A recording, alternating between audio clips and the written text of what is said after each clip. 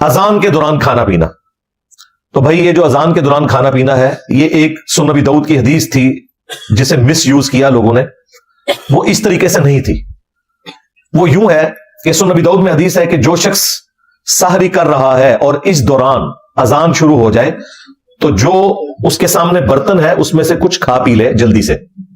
یعنی وہ جو ٹرانزیشن پیریڈ ہے اس دوران.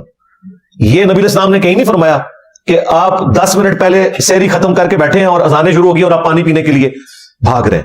آپ کا روزہ نہیں ہوگا. یہ اس شخص کے لیے ہے کہ مثلا 5:05 پہ اس نے سحری شروع کی اور 5:10 پہ ختم سحری ہو رہی ہے. اس دوران وہ 1-2 منٹ اوپر کھا لیتا ہے ٹرانزیشن پیریڈ میں، تو اس کے لیے ایک گنجائش ہے. یہ بھی بہتر ہے کہ ایسا نہ کرے.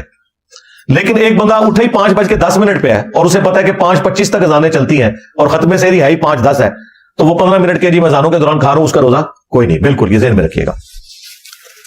تو وہ اس حدیث کو غلط لوگوں نے یوز کیا. وہ ٹرانزیشن پیریڈ کے لیے تھا. جس طرح بخاری مسلم میں ہے کہ جس نے طلوع آفتاب سے پہلے فجر کی 1 رکعت پا لی اس نے فجر کی نماز پا لی، اگرچہ 1 رکعت اس کی اس ٹرانزیشن پیریڈ میں ہے کہ سورج نکل رہا ہے، غروب وقت ہے، لیکن پھر بھی اس کی نماز ہو جائے گی. اس طریقے سے اسی حدیث میں ہے جس نے غروب آفتاب سے پہلے عصر کی 1 رکعت پا لی اس نے عصر کی نماز پا لی، اگرچہ اس کی 3 رکعتیں مغرب کے وقت میں. تو یہ ٹرانزیشن پیریڈ کی بات ہو رہی ہے، یہ ذہن میں رکھیے گا.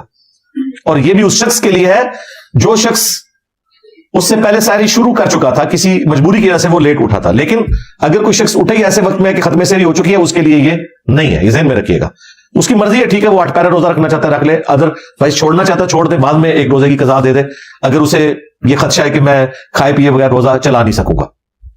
بخاری مسلم میں حدیث ہے کہ جب حضرت بلال اذان دیں تو تم کھانا پینا ترک نہ کرو، کیونکہ وہ لوگوں کو اٹھانے کے لیے اذان دیتے ہیں.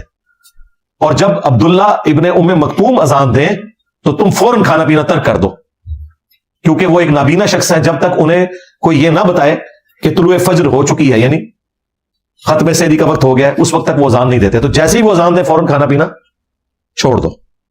اس زمانے میں اذان کے ذریعے بتایا جاتا تھا کہ ختم سحری ہو چکی ہے. تو ظاہر ہے کہ وہ اتنا ایکوریٹ تو نہیں ہوتا ہوگا جتنا آج کل ہے. آج کل تو ہم سیکنڈز تک بتا سکتے ہیں، لہٰذا ان کے اوپر تو وہ والی گرفت اس انداز میں نہیں ہو سکتی. لیکن آج ہمیں پوری کی پوری کیلکولیشنز پتہ ہے.